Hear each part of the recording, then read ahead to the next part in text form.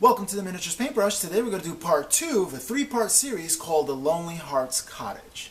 Now this one is sped up 8 times the speed because there's a lot of painting, and well, watching paint dry is watching paint dry. That being said, there's a lot of tips, tricks, and techniques that you can use while painting terrain or maybe even vehicles.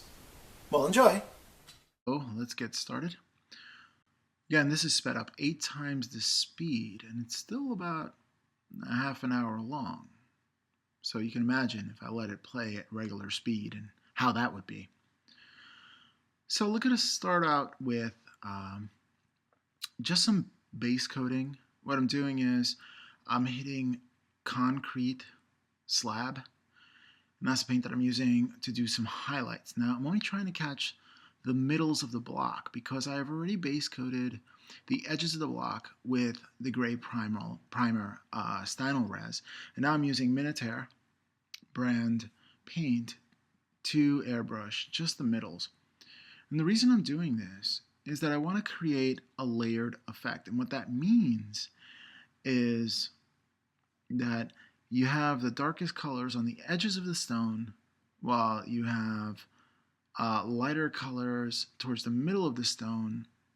Now, you can play around with the lighting effects on this. You don't have to have the middle of the stone lighter. If you're doing object source lighting or dictating where the lighting is coming from, let's say it's coming from top down, what you're going to do is the upper lip of it, you're going to get lighter, while the lower lip of it, you're going to get darker. If it's coming from a 45-degree angle from the front of the building, again, you're going to grab one of the tips and make that lighter. Now, with this, you don't have to be too meticulous. You got to try not to get to the edges, just the middle of each block. And the reason why you're doing that is because you don't want to lose that layer of primer, the gray primer that's underneath. So it's black primer to do the outlines or pre-shading, and then you're going to do concrete slab, but you can use any gray you want. Again, these paints aren't absolute. You can use anything you would like. Now, I looked at this and I said, well, there's not a lot of color variation. And it's the Lonely Hearts Cottage. I want it to be quaint and colorful. And I have a Troll Bloods army. So I kind of want to use it for hordes. And to me, having that colorful, because they're blue, having that colorful background, the colorful terrain is what I'm going for personally. So I wanted to add color variations to the stone. Mine are dramatic. Again, you can use any colors you wish. I was thinking about different color stones. I lived in Brooklyn for a while and I saw a lot of brown stones. So I saw darker brown stones and lighter brown stones, almost like a sandstone kind of thing going on. With some of the architecture of the buildings there, grays, of course, and even some red, like the red bricks later on. So you started with, it depends on what was in the quarry, and then after the quarry ran out, when building material is concerned, they went on to more modern techniques in building buildings. So that's my influence here. It's actually from where I was raised in Brooklyn, New York. So trying to get that feel, sort of, I don't know, in a playful, colorful way. Again, that's just me. These are the colors I chose. If you're building this, go have some fun with it. Go for the colors you like. There's no ruining it really, because if you like the color, then it's to your taste. At least that's how I feel. So I went with this brown, which is saddle brown. It comes across as a little bit glossy. I think I put too much flow aid in there to loosen it up, but maybe that's just me.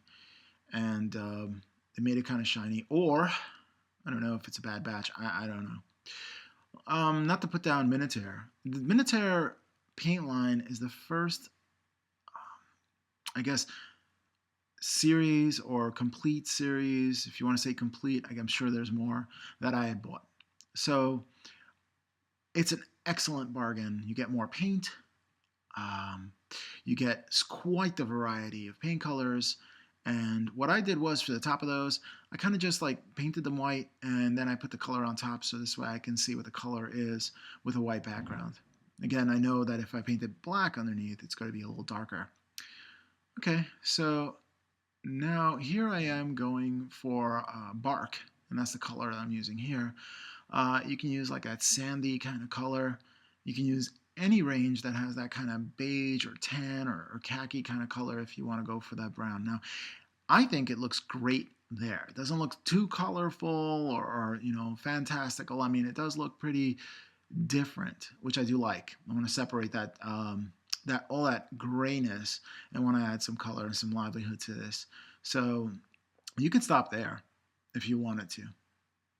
Now, when you're doing these stones, I was careful about not getting it into the crevices. But if a little bit oversprayed, I wasn't really that concerned. After all, this is terrain, and it's not going to be entered in a competition or anything like that. So I'm not too concerned about a little tiny bit of overspray. But if it bothers you that much, you can use the colors you got with the gray. In other words, that Stynylrez black, Stynylrez gray primers, and then use concrete slab and any of those combinations to just clean up the areas that you oversprayed. Again, if you want to do that step, you do. I didn't do it myself. I didn't feel the need to. But that being said, I can be very, very clumsy, so I can make a lot of mistakes. And it's always good to know that you can always clean up any kind of like error or something that displeases you within the paint job just by simply by changing the color variety. So, and going back with those old colors to just cover up any kind of mistake that you may have. So the way I patterned this is pretty random. I just saw a blank spot. It looked too gray. I shot a color at it. That's it. And that's all I did. I try to go for the bottom, side, and the top. Try to make little triangles where I can. If I can create like little triangle design, I find that's very eye-pleasing from top down, the bottom up. If you want people to look from the bottom up, you put the wider triangles on the bottom and then the point on the top. So this way you look from the bottom, which has more color, to the top, which has less color. If you want them looking from the top down, what you're going to do is you're going to start with some colors on the top of either the miniature or whatever item that you're painting, terrain, and then narrow it down to the bottom. If you want it kind of just varied and random, you just vary and random it. It's just that simple. Now, some people want a cluster, like little clusters here and little clusters there. Again, that is to your tastes. Whatever you feel that is comfortable for you and that pleases you when you're painting. Painting is a hobby, it's a journey, it's supposed to be enjoyable. This is something you do for fun, not frustration. Okay? Now, that being said, sometimes it can be frustrating when you're trying to improve as a painter and then you're not getting a technique. Well, what I do at those moments, I take a little break. I take a little break and I come back to the miniature painting or terrain building, whatever it is. I give it a rest. I give my eyes a rest. I give my mind a rest. I give it a break. And I could always come back to it because I really enjoy doing it. And I look forward to doing it whenever I have the time. All right, so here I'm using some, I believe the color's innards. It's like a darkish, a little on the side of a light kind of burgundy, bloodish kind of red. Yeah, and that's innards. I'm going to use that color because I liked it. It's as simple as that. Again, color selection for me, I look on my shelf, I like the color, I go for it. And that's it. There's no second guessing, there's no second thought. Worst comes to worst, I'll cover it again in primer, black and then gray. And then what I'm going to do is I'll just cover it one more time in that concrete slab so I can bring it back to the base and then I can start over again. It's not a big deal. Okay. If you get overspray into the crevices with the gray, all you have to do is I go in there with a brush with Stynylrez and I kind of just dip it in there, and that's it. And you can brush these paints. They don't always have to be an airbrush. I wanted to do something different and do a terrain piece with all airbrush, but that's just me. And to show you what effects that is. Now, most terrain tutorials are done with the dry brush, with the regular brush, or with the non-high quality brushes. And, I get that. I get that if you're doing a ton of terrain and that's the way you want to go. However, if you do have an excess of paint, and believe me, I have a wide variety of paint. And so it's not a concern for me. I can go at it and I can use it. And I really do like the effects. Look at that. I just shake that because I wanted to dry it. But at 8 times speed, that looks pretty hilarious. All right, time for the windows. All right, here are the windows. I'm going to start with a royal blue. I think that's called royal blood. Royal blue or midnight blue. I'm going to check. I think it's royal blue. All right, and then I hit that. I like the color there. I like the dark, rich color. It's like a midnight blue. If you're going for a different range, anything that's dark blue would do.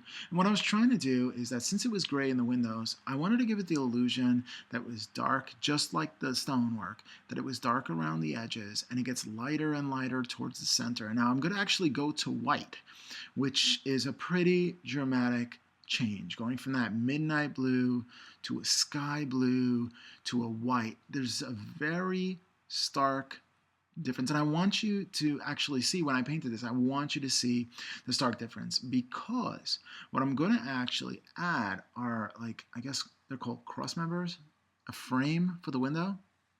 Yeah, it's not cross members. I guess it's a frame for the window, and the pattern of a T or a cross, and it's going to be behind that. So I need it to be elaborate so you could still look past that sort of design that I have with some toothpicks and popsicle sticks and that deep, rich brown. And you're going to look past that, and you're going to look like as if it was light emanating from back there, from the inside. Now, what you can do with this project is you can create no windows at all right there, or translucent windows, or you use some kind of cross-hatch netting, which they sell in, it's called granny grating, I guess it's called, that you get at your local knitting supply stores. I think I got mine at Joann Fabrics, because that's a local store that has a lot of fabrics and knitting and all that kind of stuff. And my wife likes to do that stuff, so that's awesome. I love that she has a passion and I have a passion and we share a passion. So you take that stuff and what you do is you lay it on top, and it kind of looks like that old crosshatch that you see in some of those buildings. It's just like a diamond shape, and you have to cut it diagonally because it's a square. So you cut it diagonally to fit the window. You paint that up, and there you go. You can do that and have it empty in the back, so this way it looks like you can see inside the place. And alternately, you can actually decorate the inside of this. I chose not to. I didn't want to go that step. A lot of people do, and it's real easy to do. All you'd need to do is construct the inside. Do the chimney that you did on the outside, but do it on the inside, but maybe not as thick. At that point, you want to cut out a box on the bottom and label it and start etching in all the walls, the same kind of texture you have on the outside. So everything we're doing on the outside, you're going to do it on the inside as well. So there's that. And then what we're going to do is just decorate the floors. You're going to put some of that ready board or poster board on the bottoms and the walls and have that thickness. This is a whole bunch of extra steps that I personally didn't want to make. I wanted to make this for a wargaming terrain, and having the inside, I guess, is neat, but I don't think with the models that I have, especially in Hordes, that they have like a lot of dire trolls, which are bigger trolls and bigger models. I don't think they either fit to the door or, it would be, impractical for my personal use. If you're doing this because you're a demon and you want the interior, by all means, go that extra step. Do exactly what you're doing on the outside, but do it on the inside. Do not include the windows, but have that kind of color variation. You may want to put some items inside, like a table and some chairs, and they do sell smaller tables and chairs. I think I saw a Kickstarter called Dungeon Crate. or Terrain Crate. That's it, Terrain Crate. Not that they're sponsoring me or anything like that. And believe me, I don't have any sponsors anywhere. I'm not doing this for money. I'm doing it to share my love of the hobby. But I think I saw that as a Kickstarter. Um, I don't know about these Kickstarters. I guess some come to fruition. It just seems like by the time they ship it to me, I no longer want it. I have that gamer ADD kind of thing going on where I want it, it's new, it's shiny, and I want it now. And then later, eh, the next new and shiny comes in, and you kind of want that too. Now, again, remember what I said about budget if you've seen my last video on the Lonely Hearts Cottage Part 1. I take, I think it's about 20 bucks or so out of a paycheck, and I put it in an envelope, and I wait till Christmas time or holiday season. And once a year, like, I get what I want, because I've been saving all year, and I can actually finance that without it impacting anything or anyone. I am hoping to do that with my wife's shoe collection as well. Either that or, maybe her sewing. I don't know. My wife is amazing. Anyway, I digress. So here what I'm doing is I cut out pieces to fit the window. I dry fitted it a lot. I kind of want to make sure that it's kind of snug, that I can put glue on it. This is a very delicate part, so I use tweezers for this. And what I'm doing is, I think that's English wood. It's from Midwax. You can use any stain you want. I like this one. It's sort of like middle of the road, not too dark, not too light. And I wanted to go for that light kind of look since I have the reds and then the bark and all those colors into it. I kind of want to go for the light look. So I'm putting these bars straight across, and look at that. I mean, that's pretty cool. Put on a light there. So you can see like the light's emanating from underneath. You have the white in the middle, sky blue on the sides, and just at the very edges you have that dark blue. So I think that's pretty cool, and it radiates past those sticks or those frames for the window. I think it came out awesome. I'm really happy about that. All right. So next up is creating wood grain texture. To create wood grain texture, what I did was I took, this is a dental tool. I got it at a fair called the Green Dragon in Pennsylvania. Again, I'm not sponsored by this stuff, but they had a whole bunch of dental tools and stuff like that. But you can get them at the medical supply place. I would say get them secondhand. If you can save money, why not, right? Never pay full price if you don't have to, because these dental tools are going to get a beating. That's right, you got to put a pounding on these things, because the more you use them, the more they kind of wear out, which for this purpose, I mean, that means they're going to have bigger gouges, and it's going to look a little, I don't know, more woodsy. I have no idea. More realistic, possibly. I don't know, but it adds character to it, and I do like the larger wood grain kind of texture. And when I pass through it, I'm just going straight down across it for the wood grain texture. You kind of want to do it before you start cutting pieces off. Now, some of these things I didn't. I learned my lesson the hard way. Again, when I do these videos, I'm actually doing most of this stuff, or if not all this stuff, for the first time. Very rarely am I doing it the second time. Sometimes I'll do the first one and then come back and do the second one to make sure that everything goes well. But sometimes, on the cuff, I'm going for it, and if I fail, I fail. But luckily, I did not completely fail. See right there, I cut it before I etched it. I forgot. So it's easier when it's all together. Now, be careful of your fingers here. That is a sharp item. Ask your parents' permission before use. Disclaimer, disclaimer, disclaimer, disclaimer, disclaimer. Okay? Do not hurt yourself. I'm not telling you to use this because I want you to use it recklessly. But if you are careful, definitely don't use it at 8 times speed. This is why it took me so long. I was super careful in not hurting my hands. Okay, so be very super careful. And I did it on a diagonal, so I'm not cutting directly towards me. You don't want to cut anything directly towards you, because if it snags on something, your tendency is to add more pressure. And if you add more pressure and it dislodges, it could just jettison into you. And that is a situation you want to kind of avoid. Not kind of, you definitely want to avoid that. Okay, and I don't want anybody to get hurt at all. So disclaimer times 20. Okay.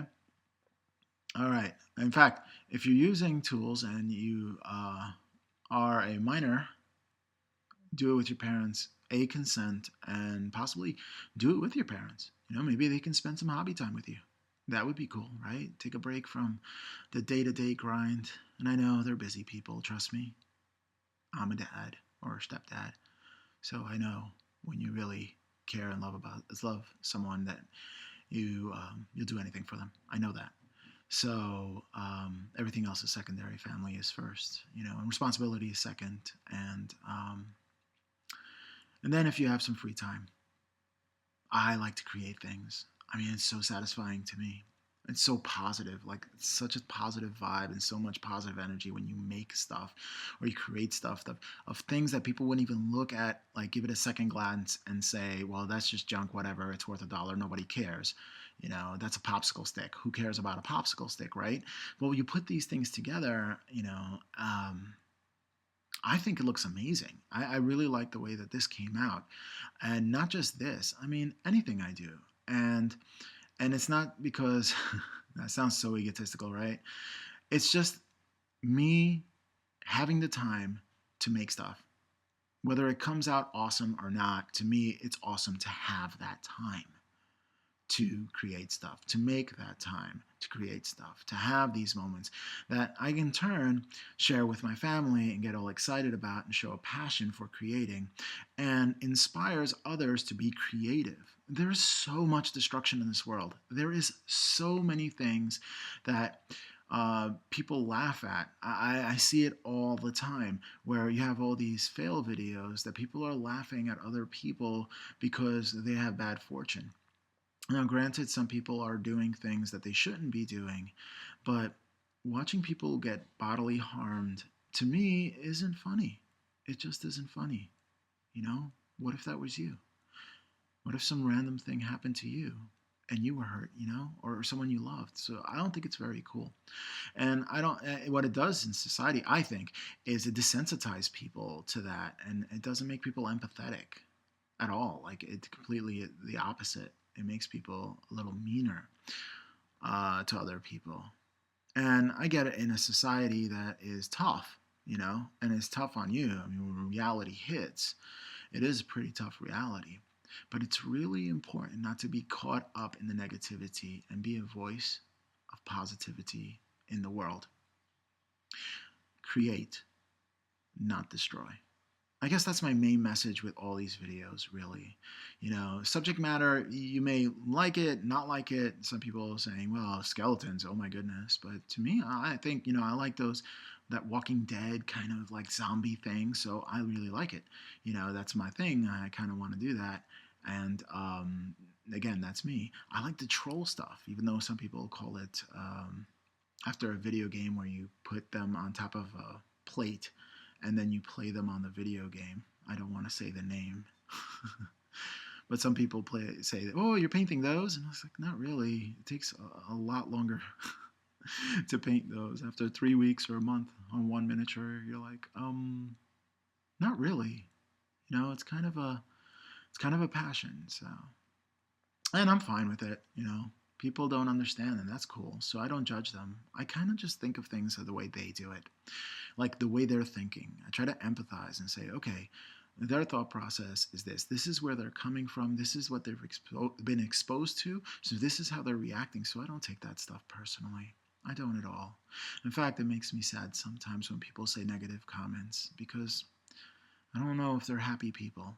And, we all need to be chill. We all need to be happy. I mean, it's not realistic to be happy all the time.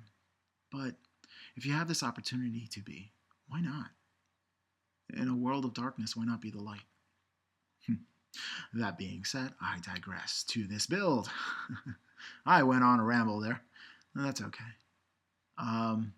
The good things about not having a sponsor, I guess you can go on rambles and not have to worry about your sponsor objecting to what you're saying. And you don't have to put that disclaimer, thoughts of the individual doesn't really represent the company, blah, blah, blah, blah, blah, blah, blah, blah, blah, blah, blah, blah. Yeah. Yeah, I'm not about that. That's not me. I just want people to, make stuff and, kind of be happy, hang out with people who are creative and create things. And again, I have butterfingers and I'm using these tools at 8 times as slow as I am there. So, Keep that in mind.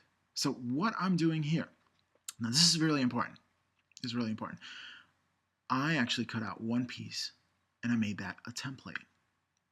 And I use that template for all the other pieces. Now, if you use one and then just draw it on the other, and then draw out another one and use that second one is going to be a slightly smaller than the other.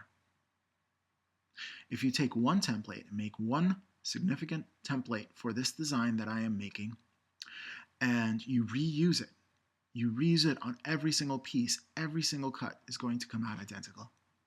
And you save yourself so much time with measuring again and again and again. One thing that I did differently here, and I learned when I was doing the thatched roof, is I actually had a guide. I had a styrofoam guide. I don't know why I used it. If I did it like this, after a while, my hands hurt. And it's kind of dangerous putting it in the middle. So no, okay? Don't do that, please. Please. Like, use a guide. And what I mean by a guide is I take a styrofoam and I put it in that empty space you see there, and then I put it in there. Now, I didn't really hurt myself here, and it is, I consider, a miracle because I am butterfingers all the way, you know? So use caution, please. Please, that comes first. Please use caution. I will say it a million times because it's really, really important. See, there's the template that I used over and over again. And then I just dipped it with some tweezers. You know, this reminds me, there's a product by Army Painter, and it is a shade. And what you do is, I mean, some people dip their whole miniature in there. That's not my thing. I don't like the look of it, personally. And if you want to clean up all the excess, it takes so long. For me, I like to use, like, if I'm going to use a shade, I like to actually paint them in the recesses. And when you do, the consistency is so fluid that it actually travels along the edges anyway. So, you know, just use care. With this, however, I kind of wanted to dip it and get it every inch of it done. Now, there are little bubbles that'll form in there because there's little pieces of air or gaps of air inside wood. There just is, especially in popsicle sticks. I don't know how it got there, but I know it is there. Okay? So when you're dipping it, especially if you're dipping it quickly, even if you dip it slow, some of those bubbles surface. On that one, I thought it was too light, so I re-dipped those to my personal taste. Every time you dip it, it'll get a little darker.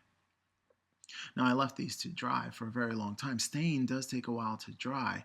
So what I did here is I left this to dry for 24 hours.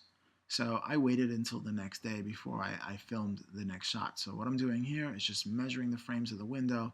I'm dipping as many pieces that I can. So this way, on the next day, on the tomorrow, I will be able to put it all together and I won't lose any of the stain. Everything will settle into that. It's pretty cool. If I do need to redip it, I'll redip it. But thank goodness, thank God, I did not need to redip all these things. So that was pretty cool. Because it took me a while to build this. Only because I didn't have templates.